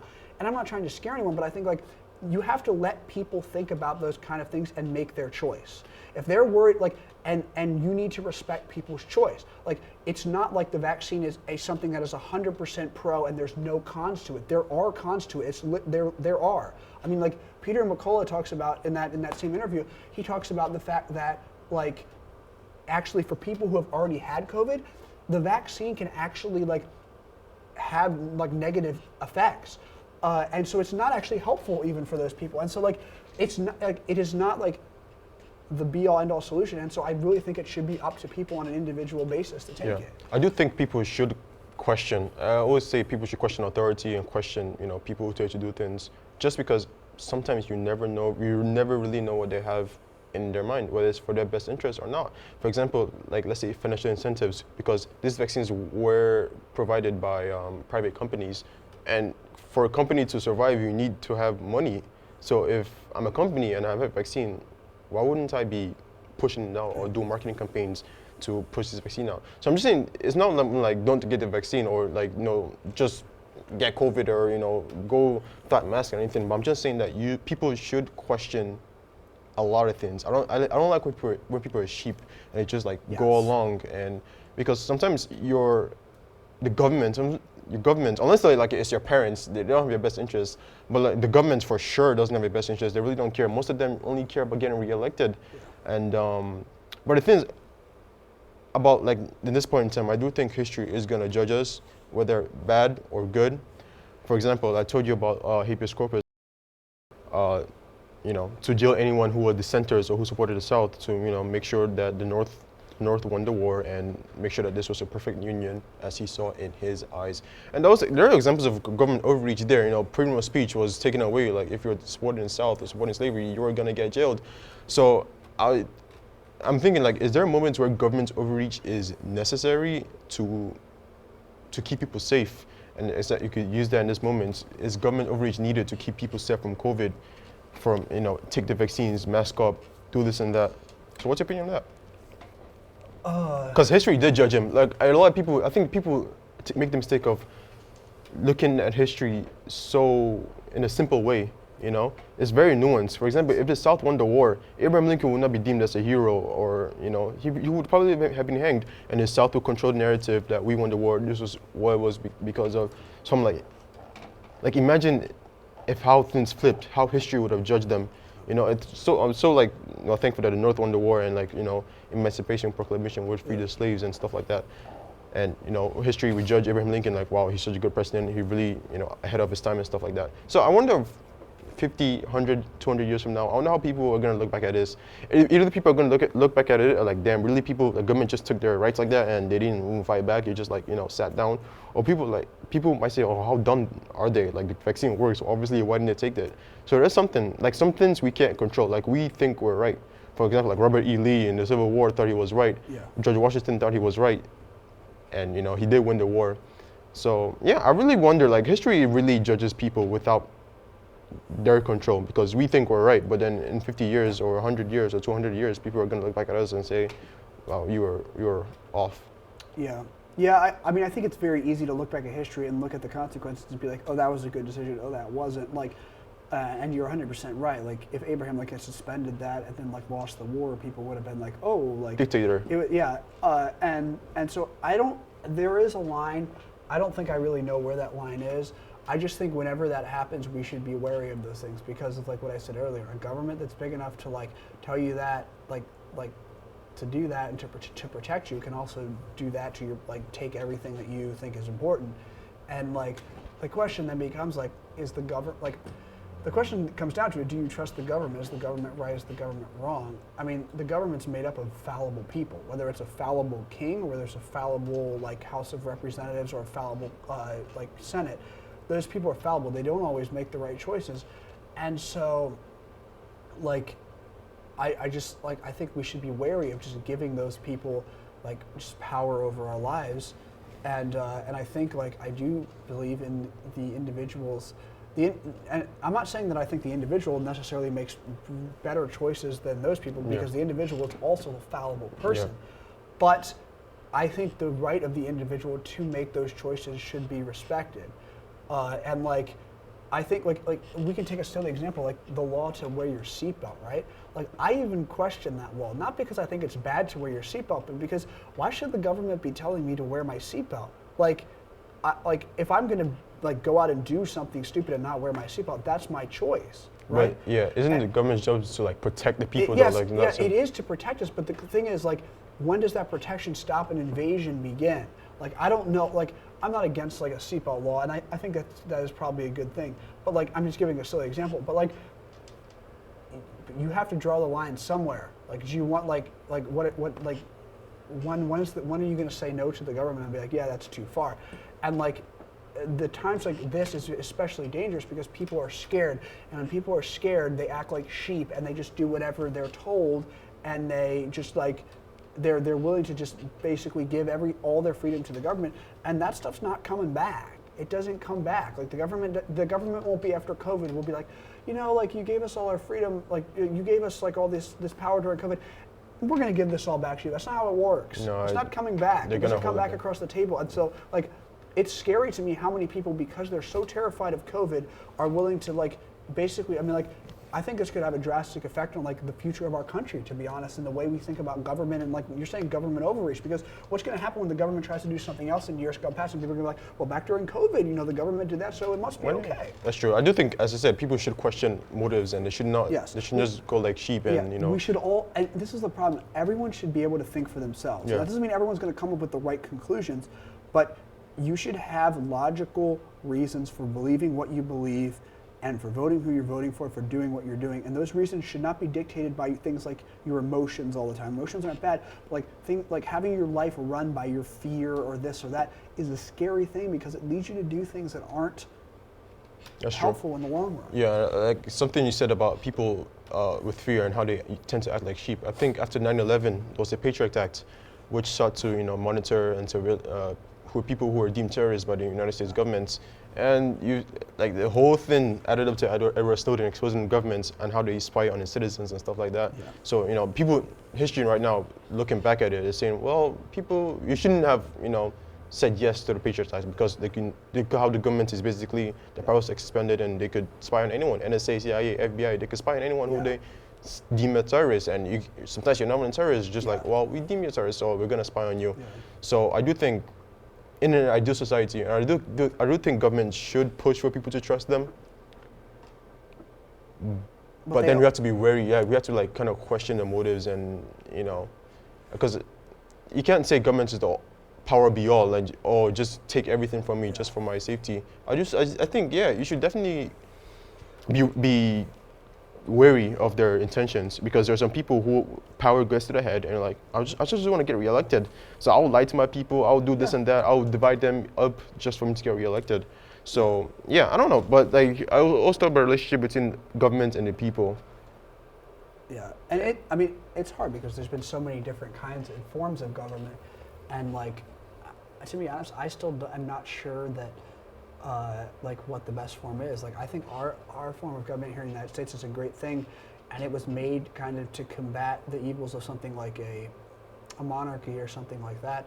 But I actually think if you have a good monarch, there's actually a lot of pros to a monarchy that we don't have in our country. But also, if you have a bad monarch, that it can just go so far down that it can be bad. So it is challenging. It's hard to know how the government should relate to people, because I think a society without government is not it anarchy. Couldn't function, and it's we need government, but the question is, what kind of government do we need? That's true. Yeah, that's true. And we also have to just realize that government is fallible, and like you're saying, I don't think we have to be 100% skeptical, but we do need to question and think about things. And it really bothers me when I see people, and I especially see this with COVID, who just believe whatever's on their television or whatever President Biden gets up and says. And it's those people, since when did you think that those people had your best interests at heart, that they know who you are, and that they're telling you the truth all the time? People, this is a world full of people who are people are not there's a lot, people all make mistakes. We're all fallible. That's true. And some people go beyond making mistakes to outright lying. So it's you can't 100% believe everything that's presented to you as truth. You need to question, you need to go, you need to test, do your own research. Test it. Do your own research, doing research, which unfortunately a lot of people don't do. So it's easier for someone to it's tell you lazy. what to do. It's And lazy, I'll do it. Yeah, exactly. Yeah, because as you said, there are a lot of people say democracy, but there's also there's some pros to being a dictator, because, or having a one-party system, because you get things done like this. Yes. Unlike here, we have the problem though is then who, and at the end of the day, it all comes down to the fact that who's holding that accountable. The scary thing about government is, in some places, no one holds the government accountable. So when you have the one-party system, no one's going to stop. The thing about the two-party system is that they can kind of hold each other accountable to some sense. If you have a king, nobody's holding him accountable. He can do whatever he wants, and he's the one who kind of determines what's good and what's not for the people, and that's a scary thing. Yeah. So I've also what should be the relationship between government and people? Because when I listen to Milton Friedman, he's an economist, he's a libertarian, and obviously libertarians believe that governments should, I think, only federal defense and something taxing, but then that's it. Everything else, give it to the private sector. But at the same time, if you give it to the private sector, they have their own financial incentives. Example, the vaccine, and it's we're gonna mass produce, gonna make the vaccine fast, and we're gonna ship it. We're gonna sell it as fast as possible to make money, because that's how our company is gonna survive. Yeah. So a lot of times it's okay, governments, they don't have your best interest. But sometimes the private sector is not gonna have your best interest too, No. because it's only run by money, you know? So it's like, a lot of people always seek to seek perfection, but like there's always pros and cons with everything else. In a country where the government is running most of the things, I think there's a little less financial incentive. Yeah. Because government, it's our money. We're gonna like, you know, like a lot of people make jokes about Congress, like they spend money like they have infinite amounents of money. It's easy to spend other people's money. Exactly. Or let's say if companies are running things, well, companies want money too, and they're gonna exploit the workers and, like, you know, get all the money as much as possible. So it's like you have to choose. There has to be a balance, and that's why left and right. That's where it comes from. Like in which way should governments be involved in our lives and which way it shouldn't. Yeah. So yeah, it's just a lot of it's a whole issue. Like, it's something that I don't think we're ever gonna find an answer to. There's always gonna be pros and cons, and people are not gonna like this, but people are not gonna like that. Yeah, I mean, I don't think we'll ever perfectly find the balance because we're not perfect people. But I agree with you. There is some balance where, like, because I agree, like, especially in a capitalist economy, like, just like the leaders are fallible, people are fallible, and they're going to go for what's best for them. And so there is a sense in which the government needs to hold big companies in check from exploiting people. I don't think that's wrong. And, like, I would even say, like, we talked about Abraham Lincoln, like, I would say that if you look, like, Abraham Lincoln overstepped his power, but I would say that was for a good cause. Like, I'm very thankful that he did that because it enables, like, the Emancipation Proclamation and us to have the country we do today. And so, can you justify that? Do the ends justify the means? Yeah. I don't know. What are the ends? Who decides whether the ends are the right thing? And There's a lot of questions. And it's history that is going to judge everybody, regardless. Yes. A lot of people like, they're like, oh, he was bad, this and that. But I'm like, he thought that he was fighting for the right reason. Yeah. You know, like people who in the South who were fighting, they thought they were fighting for the right reason. They weren't like, oh, I'm gonna wake up and become a bad guy today. Because the world is more nuanced than people think. There's no bad and good. Yeah. Everyone thinks they're good. It's just that if you win the war, you get to write the narrative. Like, this is why I did this. And since you won, people are gonna like, oh, okay.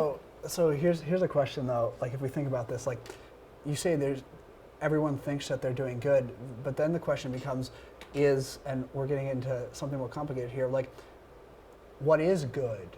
Like, what determines what is good? Because, like, you're right. People in the South didn't wake up and were like, yeah, we'll be on the bad guy side today. Like, they thought there was, I mean, like, I'm sure there were people who didn't have the best motives, without question, but there were also people who thought that they were fighting for what was right. So the question then becomes, like, who is the arbiter of what is a good outcome and what's not? That is true. That's the question. No one knows. It's just that. I mean, to say something like, I would say that, like, there is an answer to that question, and I think this is interesting when you think about things like religion and having a moral standard and a moral code, because there is something out there written on all of our hearts where we know to some extent what is right and what is wrong, but that's a very complicated question. It is I think good and bad is determined by our perceptions of the world. For like example, I heard this quote, like, someone's terrorist is someone else's freedom fighter. So someone brands this person as a terrorist. For example, let's say George Washington was a terrorist because under the British Empire, he sought to secede and leave, and if he didn't win the war, history would have judged him as a bad person. Like, look, what are you trying to do? Like, this great empire is protecting you and everything, and you're trying to secede. It brings up the whole conversation of taxing and how we're not represented in parliaments. But yeah, I don't think no one knows. Like, Osama bin Laden, he probably thought he was a good person, or I'm doing this necessary evil to protect my country and stuff. But, like, look, you are a bad person. You did kill a lot of people. The question then becomes, what is the basis for our judicial standards? Because because if nobody knows what's good and what's bad, then no one can pass judgment on anybody else, because it's all a matter of perspective and basically social construct, right? But we do pass judgment on other people. We have things like juries, we have things like judges. So what is the basis for that if nobody knows? That would be my question. I have no idea. So let's say you kill somebody, like, obviously a whole lot of society is going to think that you did something bad, but the murderer might have a good reason of why he did it, but, like, no one's going to believe you, and the jury is probably going to find you guilty and stuff like that. Yeah, and so why does the whole jury, is it just because they've been raised in a society where murder is presented to them as something that's bad? I think so. Yeah. See, I would disagree with that, but that's an interesting idea. Why would you disagree with that? So, I mean, I'm a Christian, so I believe that there is a God, and that God has given us a moral standard, so that there are things, and there is in a sense in which we can go against that moral standard to an extent. I mean, I've said a lot throughout this episode that like people are broken. I mean, I believe all people are sinners in the sense that they're all broken, imperfect, yeah. and so we don't follow that moral standard. But in some sense, there is a law written on all of our hearts. I mean, I think there's a reason why we're all like. Generally, and there are exceptions, but people who have kind of destroyed themselves so much that they find things like murder like not to be a problem. But in general, we all view murder as something wrong. There's a reason why for hundreds of years, like since the beginning of humanity, people have like, bar a few societies, murder has been viewed as something that's wrong, or like think about other things. And so like, yes, there are twisted societies where like they have human sacrifice and things like that. Don't get me wrong, and I think that just shows the depth of depravity of human nature. But I would argue that like I think that there is a moral standard. I think that that's like what our judicial system, in a very loose way, is based off of, and that there is something that we can hold each other accountable to, and that's something that is given to us by God, which is a moral standard. That's interesting because a lot of people do use God as a moral standard and His like message, and through whether it be through the Bible, through the Quran, through the Torah. Everyone has their own way of, looking at what is good and what is bad. But history has shown that a lot of people even use religion to justify something that is bad. A lot of people, Israel, Palestine, there's a whole like religion also plays a part because the Jewish people believe that is their home that God gave them. Palestine are like, no, this was our home, we've driven it. And they use religion to justify this. Yeah. Or like Crusaders, Christians. Yeah. They use religion to justify violence. Even Muslims, sometimes they use religion to justify violence when they, bomb or attack places. So, yeah, I think a lot of people do use religion, but you have to be careful about it. Like, if you look at history, a lot of people have done bad things in the name of religion. Yes. Yeah. I don't think religion as a whole. I mean, I think that more speaks to the fallen nature of people, and less to the inability of God to. Like it doesn't. That's not a representation of God. That's a representation of those people's. Like that's what I would argue as a Christian. So I'm a Christian. So I mean, I strongly believe that like the only way to know God is through His Son Jesus. But I would not equate but I agree with you with the fact that like the crusade, a lot of things the Crusaders did were terrible, and there's been horrible crimes committed throughout history in the face of Christianity. I mean, there were Christians in the South during the Civil War who argued that slavery was something that was taught by the Bible, I would not agree with whatsoever. But I think that is not a representation of God and the lack of His moral standard. That is more representation of those people and their fallenness and the way in which they've twisted that. Oh, okay. So it's basically what you're trying to say is people are imperfect, and they're gonna use this message. They will use anything, even things like religion, even like good things that God gives us. They will turn to purposes that are evil. Do you think people who are agnostic and atheists don't have a moral standard because they don't follow God? I would say that if you follow Gnosticism and atheism to their ultimate conclusion, there is no moral standard. But I don't think that people who are atheists and Gnostics don't have a moral standard, but I think their moral standard is based on the moral standard that God's given them, that's written on their heart. What's the ultimate conclusion of, let's say, atheism? The ultimate conclusion is that there is no God. Okay, what of agnostics? That's more vague. I mean, you would have to describe to me what you think of. What do you think of as being the ultimate conclusion? Describe it to me. Well, for agnostics, they would think that's. They would say they don't know. So, I don't know what moral standards they will use because they're not for sure going to use the Bible or the Quran. But I know atheism is like there's no God. Like I know for a fact there's no God. Atheism. But that's a very arrogant claim. Like think about it. In order for you to say that there's no God, that means you know everything, right? Yeah. So do you know everything? Do I know everything? And I mean, of course, we're not like incredibly intelligent individuals. Let's say like there's some amazingly brilliant people in the world. But I think to claim that you know for a fact that there's no God is probably one of the most arrogant claims you can ever make. That means you know everything there is to know. Everything that there ever has been to know, everything there is to know now, and everything that there ever will be to know. Yeah, I don't think, that's why I think they fall short in that sense. Right. I'm like, how do you, I think there might be intelligence that's way higher than us, that even us humans can understand, that could justify a lot of things. Yeah. So I'm like, who are you to make like I know for a fact. Even it could be even sometimes science could kind of fall short because, as I said, it might be intelligence that's higher than us that we can't even comprehend. Right. That could justify some things and that could not justify some things. So yeah, but when you say that when they reach the ultimate conclusion, they have no moral standard, right?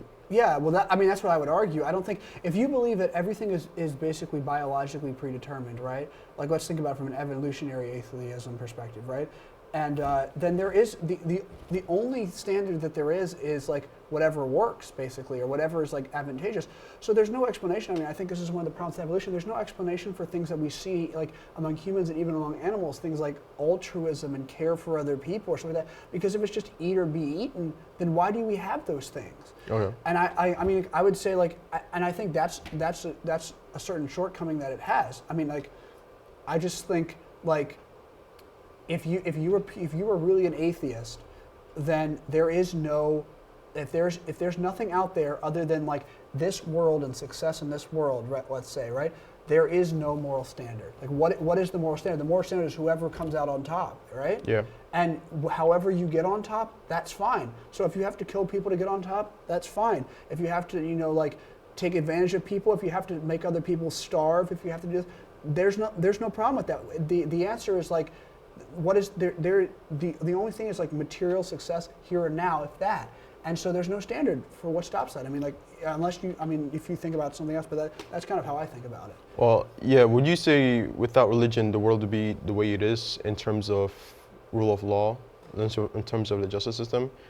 You think No, I don't think it would be the way it is. I 100%. I mean, I think that rule of law and our justice system is all based off of both a moral law given to us by God and also a moral law written on like all of our hearts to an extent. Now, again, I say because we're all fallen, that's distorted, so it's not perfect in all of us. I mean, I do things that I know are wrong, and I mean, I'm sure you've done things that you know are wrong, and so we don't perfectly follow that, but it is there. I mean, we do know the very fact that we can do something and then know it's like I have this experience, like we can do something and then know it's wrong. Yeah, conscience. If there was no if there was nothing except, if you're an atheist, I don't understand how you can really explain that, if you know what I mean, because there is no standard. There's nothing that's really wrong. So why are we bothered when we do certain things? Okay, why shouldn't we kill people just because? What? Why shouldn't we? You're asking asking me a question, or you're saying, are you just? No, I'm asking you, like, why shouldn't we just kill people?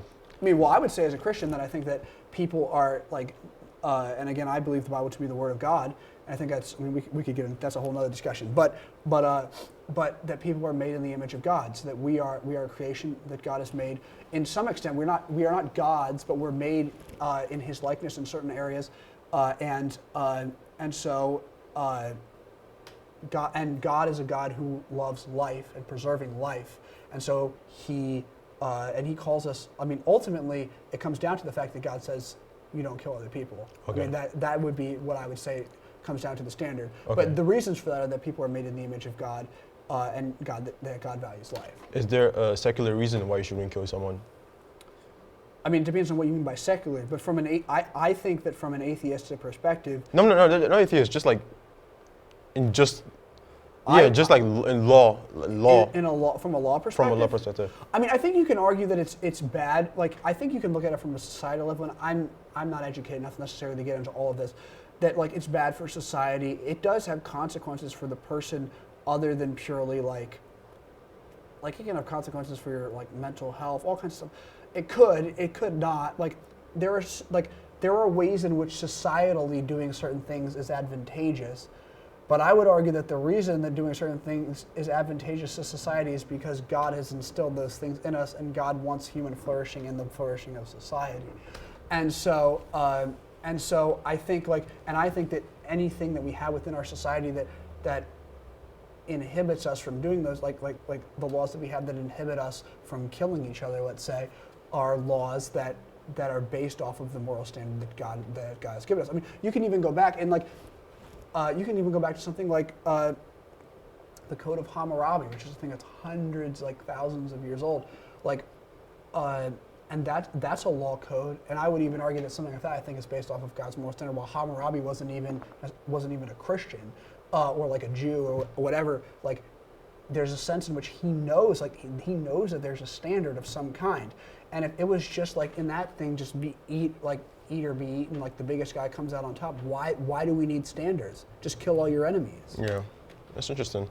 Okay, let's make this segue from this whole deep conversation to soccer. Boom. I think Man City has been good. I know you support Man City, I support Chelsea, and I expected Chelsea to win the league, but Man City has been on a tear. And I think they're definitely I would say number one. Maybe Real Madrid and them, number one best teams in the whole entire world right now. Yeah, I don't know. I mean, you could definitely throw Bayern in there. Bayern is also Bayern good had too. a good season. They had some weird results, but they've been pretty good. Yeah, I'm actually surprised. I was kind of disappointed at the end of the year when, over the summer when we didn't get a striker in, and I wasn't really sold on the Harry Kane thing. I don't really see him this year fitting should have in. gone in. And I really thought that Chelsea would come out. Like, I've actually been surprised at the fact that they haven't given more of a challenge. But yeah, I mean, them and Liverpool better be careful because City are I think they're 8 or 9 points clear at the top. I think more. I think they're 10. But they're 10 of Liverpool. Liverpool has a game to play that's true, still, that's true, so it's still reasonable. But if City gets over 10 points up top, I just don't that means that throughout the course of the rest of the season, City would have to lose 4 games. And I mean, Chelsea and Liverpool would have to win out, and City would have to lose 4 games. Yeah. That's a lot to ask. They got to be careful because I think it could get out of hand. I mean, I don't think so. I've been pleasantly surprised with how good City have been recently, to be honest. Imagine if they get Harry Kane, man. There will be they could get Erling Haaland too. I can't lie. I'm really hoping that's what's going to happen. I mean, I'm content. I don't think they're going to get anybody in January, but I think they're going to try to get someone hard next. They're going to go hard for it next summer, to be honest. Top 4 predictions for from the Premier League. Top 4. Top 4 predictions. I think the top 3 are locked up. I think City, Liverpool, and Chelsea will be in there. I think the question comes to 4th. 4th, yes. I really would like to see West Ham get in there. They're a great story. No chance. But I don't think that they're going to do it. No. I have to say, right now, and this might be just recency bias, but I have to say I think Arsenal will do it. Even though they lost to Man City, the first half of that game, they went toe to toe with City and they looked decent. They looked good. And even when they got the red card in the beginning of the second half, they still made it difficult for City. They still had a couple of chances, and City, it was basically a last gasp winner to get the win. And United just has too many problems. They're just one week they win, and the next week they'll just lose to someone who's terrible. And they lost to Wolves, right? Yeah, and they didn't even look that good. And then they have so much talent, but they just cannot put it together, and they're still trying to figure out their coaching situation. And then Tottenham, the players they have to me are just limited. I mean, they lost yesterday to Chelsea in the EFL Cup. Yeah, it's not Premier League though. And it's not. And I just don't see them doing it. So I think, to be honest, I'd probably say City 1. I think unless Chelsea do something, I'm saying Liverpool 2. Yeah, I think Chelsea 3, and I think Arsenal will finish in that 4th spot. To be honest, that would be my take on it. I think Arsenal too. They're doing good because West Ham in their first of the season, they were. I think Moyes should. I think he should be the manager of the season because. I 100% agree. Yeah, he's literally out of nowhere. No one expected West Ham to be even competing for the top 4 and playing Champions League, not Europa League, Champions League, which is the highest of the highest teams.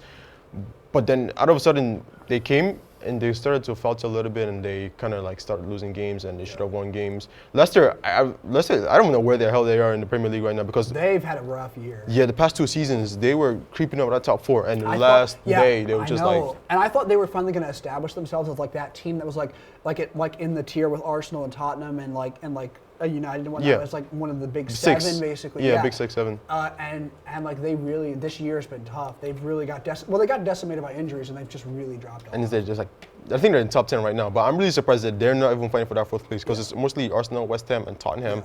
Then Man United, still there, but they're not. I don't think they're gonna. I don't think they're gonna get it. They have lost a lot of games. And Europa League, imagine Ronaldo playing Europa League, bro. Well, Barcelona are playing Europa League this year. But Messi's not though. Barcelona is. Messi is. But that still was a big shocker, to be honest. Okay, for the Champions League, who's gonna win? Wait, who's your ideal? Who do you think is gonna be in the final? Because I don't know I don't know how the brackets gonna work. Brackets are but what would be your final and who would win the game? It's really hard to tell. I mean, I think you said the 3 that I think, we talked about the 3 I think that are good. Real Madrid, Bayern, and City. City, I want to say City, but every year I say City, and then they have some choke up. And I think also, when you get in a competition like that, you need the guy who can put the ball in the net. They're not playing Brentford every week. When they're playing teams that are big and, that are better defensively, they're going to need that guy. So, I think City will still get there, although I'm a little tentative about that. I think Bayern are as good a shot as any. Real Madrid, they look really good right now, but they still have a mistake in them now. Like this past weekend, Militao just made a terrible error. They lost to Getafe in the league. Now, it's not going to hurt them because I think they're going to win the Liga. I think they're going to win the Liga pretty easily, but it's not the thing. But like to be honest, like this year it's really wide open. Like there's a lot of teams like you think about what Chelsea did last year. Like they were no one talking about thought. them and they just went on a run. So like I feel like it could be a team like that who could just like go on a tear and like take it over. To be honest. Okay, what would you say is the best teams? Do they usually win championship, like the league, or do they win Champions Leagues? Which do you think has more value? Well, I mean, I think it's the thing about it that's interesting is it's a completely different competition. So like, that is true. The league is all about endurance and being able to like play well consistently over the course of like 38 games, let's say in the Premier League. Champions League, a lot of it can come down to what happens on a given night. Like, does a guy make a bad tackle? Do you get a red card? Do you give up 3 goals in the first leg and like whatnot? So like, it's Champions League.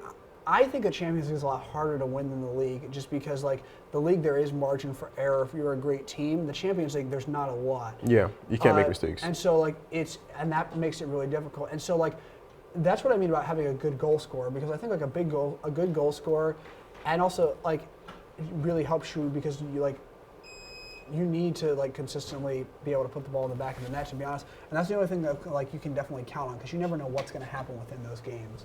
Alrighty, Micah, that has been the end of the Ozigi Chronicles number 13. Thank you so much for coming as a guest in this studio. Thank you so much. Yeah, thank you so much for having me. It's been a pleasure. All right.